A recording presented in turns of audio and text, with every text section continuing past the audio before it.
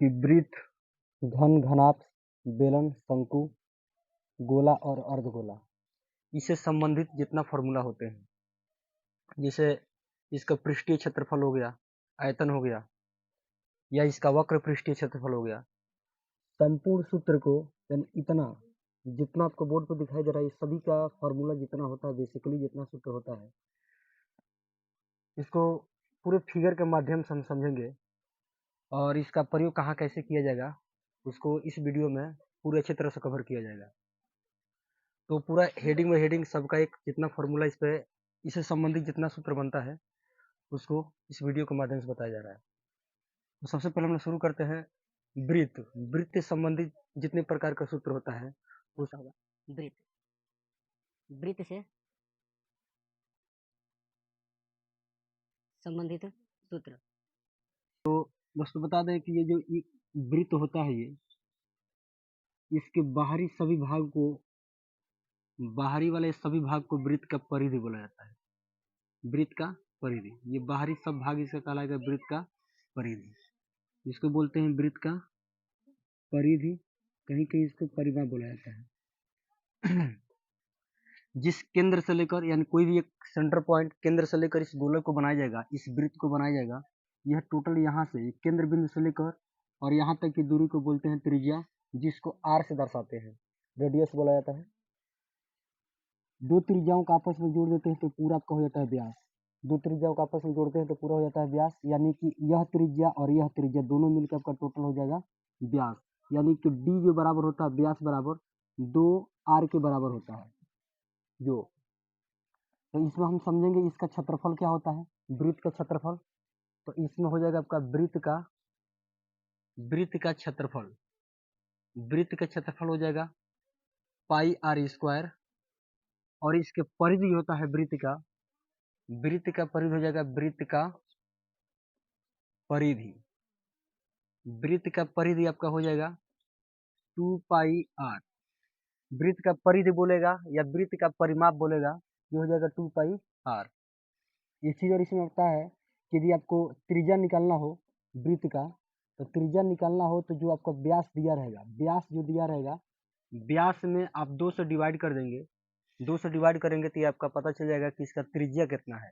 जैसे मान लीजिए कि यहाँ से लेकर यहाँ तक आपका 10 सेंटीमीटर का है, तो पूरा आपका व्यास हो जाएगा, और उसमें आप 2 से डिवाइड करेंगे तो आधा यानी इतना दूर का आपको पता चलेगा त्रिज्या कितना होता है। 2 से भाग करेंगे यानी जो भी कुछ दिया रहेगा, व्यास आपका 100 रहेगा, 2 से भाग करेंगे 50 आपका त्रिज्या हो जाएगा। सेम उसी प्रकार यदि आपको व्यास दिया रहेगा तो त्रिज्या निकालना होगा, तो 2 से गुणा करेंगे, यानी व्यास के निकालना होगा तो त्रिज्या हम 2 से गुणा कर देंगे जो व्यास के बराबर हो जाएगा। यानी कि वृत्त का त्रिज्या होता है व्यास बटा में 2, अब व्यास बराबर होता है 2 गुणे त्रिज्या। ये हो गया आपका वृत्त से संबंधित क्षेत्रफल हो गया। ये नॉर्मली क्षेत्र से वृत्त से संबंधित जो फॉर्मूला होता है ये हो गया। अब आता है इसमें आपको एक प्रकार का घन, घन से संबंधित आपको क्षेत्रफल समझना है। घन से संबंधित जितने प्रकार का सूत्र होता है, घन घन बेसिकली ये होता है जैसे क्यूब होता है घन, तो घन में इसका लंबाई हो गया, चौड़ाई हो गया, ऊंचाई सब एक समान होता है। घन का लंबाई चौड़ाई ऊंचाई सब एक समान होता है, जैसे इसका फिगर समझते हैं। ये आपका हो गया घन, ये आपका हो गया घन, घन के लंबाई चौड़ाई और ऊंचाई सब एक समान होता है। तो घन का ये हो गया लंबाई चौड़ाई और ऊंचाई सब एक समान होता है, इसीलिए सभी भुजाओं को इसको हम समान देते हैं। जैसे मान लीजिए ये भी एक भुजा ए है, ये भी ए है, यानी ये भी ए है, इसका लंबाई चौड़ाई ऊंचाई सब एक समान होता है। तो हम समझेंगे सबसे पहले घन का संपूर्ण पृष्ठीय क्षेत्रफल। घन का संपूर्ण पृष्ठ, घन का संपूर्ण पृष्ठ आपका हो जाएगा यानी सभी, यानी 6a स्क्वायर होता है घन का संपूर्ण पृष्ठीय क्षेत्रफल। और घन का आपका होता है घन का वक्र पृष्ठीय क्षेत्रफल बोले, वक्र पृष्ठीय क्षेत्रफल बोले, या इसको पार्श्व पृष्ठीय क्षेत्रफल बोले। घन का पार्श्व पृष्ठीय क्षेत्रफल, पृष्ठीय क्षेत्रफल, इसका पार्श्व पृष्ठीय क्षेत्रफल बोले या वक्र पृष्ठीय क्षेत्रफल बोले, इसका होता है 4a स्क्वायर। अगला इसका फॉर्मूला आएगा इससे संबंधित, घन का आयतन, घन का आयतन। तो घन का आयतन इसमें समझते हैं हम। तो घन का आयतन आपका हो जाएगा ए क्यू लंबाई चौड़ाई ऊंचाई यानी सबका गुणा कर देते हैं। तो लंबाई चौड़ाई ऊंचाई सबका आपस में गुणा करेंगे तो ये हो जाएगा ए और ए मिलके ए स्क्वायर, फिर इसमें गुणा करें तो हो जाएगा ए पावर 3। ए क्यू घन का संपूर्ण पृष्ठीय आयतन हो जाएगा। चौथा नंबर इसमें आएगा घन का विकर्ण। घन का विकर्ण, घन का विकर्ण इसमें आएगा। तो घन का विकर्ण आपका होता है ए अंडर रूट में 3, ए अंडर रूट में 3। ये हो गया वृत्त से संबंधित 4 फार्मूला इसमें हो गया, और ये होगा घन से संबंधित 4 फार्मूला इसमें हो गया। अगला समझते हैं घनाभ से संबंधित। अगला आपका हो जाएगा घनाभ से संबंधित। घनाभ यानी कि इस वीडियो में केवल फार्मूले के बारे में हम चर्चा करेंगे। यदि आपका फार्मूला अच्छी तरह से याद हो जाएगा तो अगले वीडियो में इससे संबंधित जितने क्वेश्चन को सॉल्व किया जाएगा, जितने प्रश्न को लगाया जाएगा, तो केवल आप फार्मूला आपको याद रहेगा, क्योंकि उसमें फार्मूला ज़्यादातर उसमें फार्मूला की सहायता से जितने प्रश्नों का हम हल करेंगे। इसीलिए इस वीडियो में केवल फार्मूला संबंधित जो भी बात बताना होगा एक फिगर के माध्यम से समझा दिया जा रहा है। अगर एक घनाभ से संबंधित, घनाभ जो होता है एक संदूक की आकार का होता है या ईंटे के आकार का होता है घनाभ, जिसकी लंबाई चौड़ाई और ऊंचाई एक प्रकार नहीं होता है, अलग अलग होता है, उसको घनाभ बोला जाता है। जैसे दिखाते हैं, ये आपका एक घनाभ की आकार का आकृति है। ये आपकी घनाभ की आकार की आकृति है, ठीक। इसकी लंबाई चौड़ाई और ऊंचाई ये तीनों अलग अलग होगा। जैसे मान लीजिए आपका हो जाएगा लंबाई चौड़ाई और ये आपका हो जाएगा ऊंचाई। लंबाई चौड़ाई ऊंचाई सब अलग अलग होगा, इसे बोलेंगे आप घनाभ। तो घनाभ में जिस प्रकार इसमें 4 सूत्र था, संपूर्ण पृष्ठीय, वक्र पृष्ठीय और आयतन, उसी प्रकार घनाभ में भी होगा। तो घनाभ में पहला आपका फॉर्मूला हो जाएगा घनाभ का क्षेत्रफल, या संपूर्ण पृष्ठीय क्षेत्रफल बोले या कुल पृष्ठीय क्षेत्रफल बोले। घनाभ का कुल पृष्ठीय क्षेत्रफल या संपूर्ण पृष्ठीय क्षेत्रफल होता है 2 ब्रैकेट में लंबाई गुणे चौड़ाई, चौड़ाई गुणे ऊंचाई और ऊंचाई गुणे लंबाई, इसका ही हो जाता है। इसी प्रकार इसका घनाभ का वक्र पृष्ठीय क्षेत्रफल, घनाभ का वक्र पृष्ठ बोले या इसी को पार्श्व पृष्ठीय क्षेत्रफल बोले। वक्र और पार्श्व दोनों एक ही होता है। पृष्ठीय क्षेत्रफल होता है, वक्र पृष्ठीय क्षेत्रफल बोलिए या पार्श्व पृष्ठीय क्षेत्रफल बोलिए, पार्श्व पृष्ठीय क्षेत्रफल। तो इसका होता है 2h ब्रैकेट में b प्लस में l, 2h ब्रैकेट में b प्लस में l। तीसरा इससे संबंधित सूत्र आपका हो जाएगा घनाभ का आयतन। घनाभ का आयतन, घनाभ का आयतन लंबाई गुणे चौड़ाई गुणे ऊंचाई। जिस प्रकार इसमें देखिए लंबाई चौड़ाई ऊंचाई सब अलग अलग है, ये सब गुणा में लिखा गया है। यहाँ पे लंबाई चौड़ाई ऊंचाई सब एक समान था, इसलिए इसको 3 बार गुणा किया गया तो 1 पावर 3 हो गया है, ठीक। इसमें अगला आपका फॉर्मूला हो जाएगा घनाभ का विकर्ण। घनाभ का विकर्ण, तो घनाभ का विकर्ण हम लोग निकालते हैं। तो घनाभ का विकर्ण अंडर रूट में हो जाएगा l का स्क्वायर प्लस में b का स्क्वायर प्लस में h का स्क्वायर। ये हो गया आपका 4 फार्मूला इससे संबंधित। अगला हम देखते हैं बेलन से संबंधित जितना सूत्र आपका बनेगा बेलन, क्योंकि इस वीडियो में केवल फार्मूले के बारे में चर्चा किया जाएगा जितने प्रकार। तो आपका आएगा अगला नंबर बेलन से संबंधित सूत्र। बेलन से संबंधित सूत्र, बेलन से संबंधित सूत्र। तो बेलन एक पाइप प्रकार का होता है।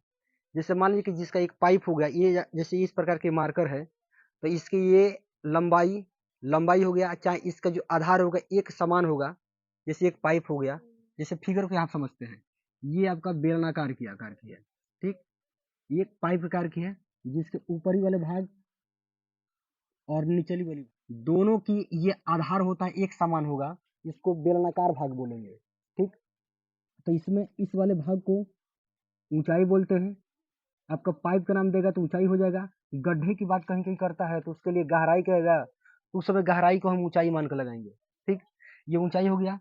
ये पूरा आपका किसी केंद्र बिंदु से इसको सेंटर से मिलाएंगे तो ये आपका हो जाएगा त्रिज्या, इसको बोलेंगे त्रिज्या। सभी की त्रिज्या एक समान होगा। त्रिज्या को हम r से दर्शाते हैं, r से। इसमें भी हमको सेम उसी तरह निकालना है। इसका वक्र पृष्ठीय क्षेत्रफल निकालेंगे, आयतन निकालेंगे। तो देखिए सबसे पहले हम यहाँ समझते हैं बेलन का वक्र पृष्ठीय क्षेत्रफल, वक्र पृष्ठीय क्षेत्रफल। बेलन का वक्र पृष्ठीय क्षेत्रफल मतलब इस प्रकार, जैसे यह बेलनाकार भाग है, यदि इसको हम लोग खोलते हैं, बीच में से काटते हैं, ये सपोज है इस प्रकार की फिगर बनेगा, इस प्रकार का, ठीक। तो यह जो भाग होगा इसको निकाला जाएगा, तो यह आपका टोटली भाग हो जाएगा ये 2 पाई आर, क्योंकि ये परिधि वाले भाग को हम लोग बाहर करते हैं। यानी कि बेलन का वक्र पृष्ठीय क्षेत्रफल होता है 2 पाई आर एच, 2 पाई आर एच। बेलन का ये हो गया वक्र पृष्ठीय क्षेत्रफल। तीसरा आपका हो जाएगा बेलन का संपूर्ण पृष्ठीय क्षेत्रफल, बेलन का संपूर्ण पृष्ठीय क्षेत्रफल। बेलन का संपूर्ण पृष्ठीय क्षेत्रफल आपका हो जाएगा, ये वक्र पृष्ठीय क्षेत्रफल में दोनों आधार का, यानी जो आपका आधार वो वृत्ताकार है, दोनों आधार के क्षेत्रफल को उसमें जोड़ दिया जाएगा।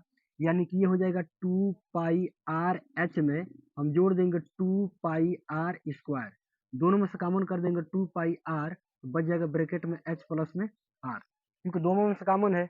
2 पाई आर इसमें भी है, 2 पाई आर इसमें भी है, तो दोनों में से 2 पाई आर कॉमन करेंगे तो बचेगा यह वाला एच, इसमें से एक आर हट जाएगा तो बचेगा एक आर। यानी बेलन का कुल पृष्ठीय क्षेत्रफल, कुल बोलेगा या संपूर्ण बोलेगा, तो ये हो जाएगा 2 पाई आर ब्रैकेट में एच प्लस में आर। अगला इसी का फॉर्मूला आएगा बेलन का आयतन, बेलन का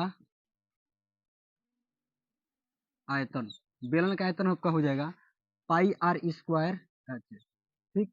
तो इस तरह प्रकार के ये बेलन से संबंधित आपका सूत्र हो गया। अगला हम लोग समझते हैं शंकु से संबंधित क्षेत्रफल। समझते हैं इसमें शंकु से संबंधित क्षेत्रफल। शंकु से संबंधित क्षेत्रफल में जैसे सबसे पहले हम समझते हैं शंकु का फिगर किस प्रकार का होता है।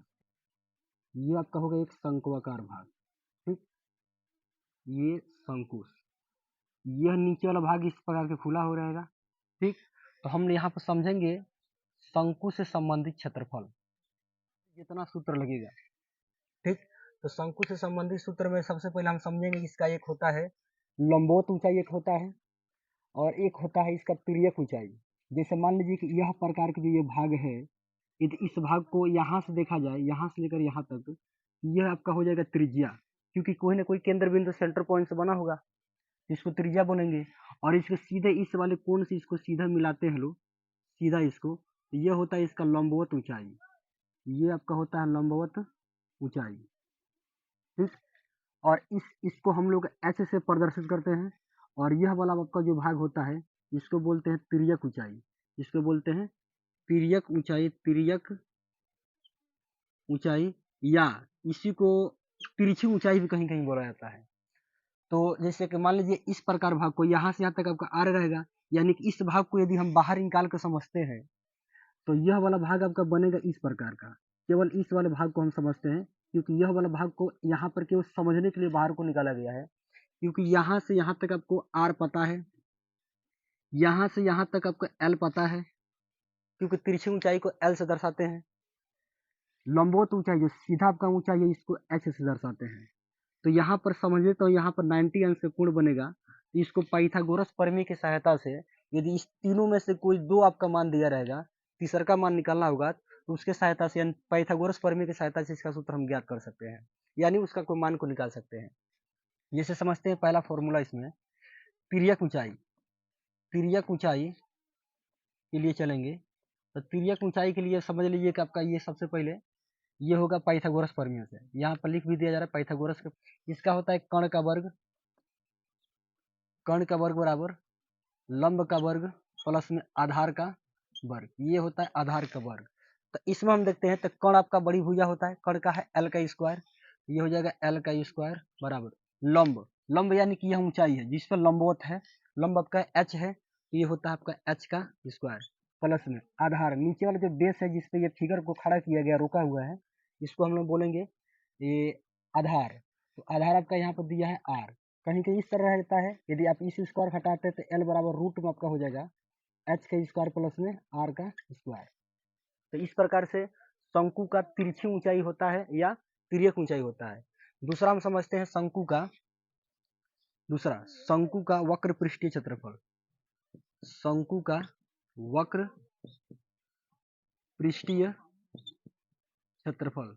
शंकु का वक्र पृष्ठीय क्षेत्रफल ये होता है। शंकु का वक्र पृष्ठीय क्षेत्रफल मतलब ये है कि इसके बाहरी भाग को, नीचे वाला भाग को हम छोड़ के केवल बाहरी भाग को स्पर्श करते हैं तो उसको बोलते हैं शंकु का वक्र पृष्ठीय क्षेत्रफल, जो होता है पाई आर एल। शंकु का वक्र पृष्ठीय क्षेत्रफल होता है पाई आर एल। तीसरा कह रहा है इसमें शंकु का संपूर्ण पृष्ठीय क्षेत्रफल, शंकु का संपूर्ण पृष्ठीय क्षेत्रफल, या शंकु का संपूर्ण पृष्ठीय क्षेत्रफल बोले या शंकु का कुल पृष्ठीय क्षेत्रफल बोले। तो सबसे पहले हम ये समझेंगे कि इसका बाहरी भाग का वक्र पृष्ठीय क्षेत्रफल हमको पता है, ये होता है पाई आर एल। तो इसको संपूर्ण निकालने के लिए नीचे वाला जो भाग खुला हुआ है उससे मान लीजिए कि वृत्ताकार कोई ढक्कन लगा दिया जाता है, तो वृत्ताकार ढक्कन यानी वृत्त का क्षेत्रफल होता है पाई आर स्क्वायर। इसमें हम जोड़ देंगे, दोनों में से कॉमन है पाई आर, तो पाई आर को कॉमन करेंगे तो बचेगा एल प्लस में आर, यानी कि ये आपका हो गया शंकु का संपूर्ण पृष्ठीय क्षेत्रफल। अगला आपको दे दिया इसमें शंकु का शंकु का आयतन।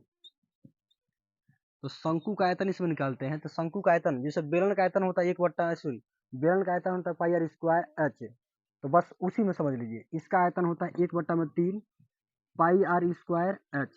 इसी के माध्यम से यानी बेलन का आयतन जो होता है, बेलनाकार भाग का आयतन होता है पाई आर स्क्वायर एच। तो पाई आर स्क्वायर एच में बस 1/3 से इसमें गुणा कर देंगे तो ये हो जाएगा शंकु का आयतन। इस प्रकार शंकु से संबंधित ये आपका हो गया 4 फॉर्मूला। ठीक।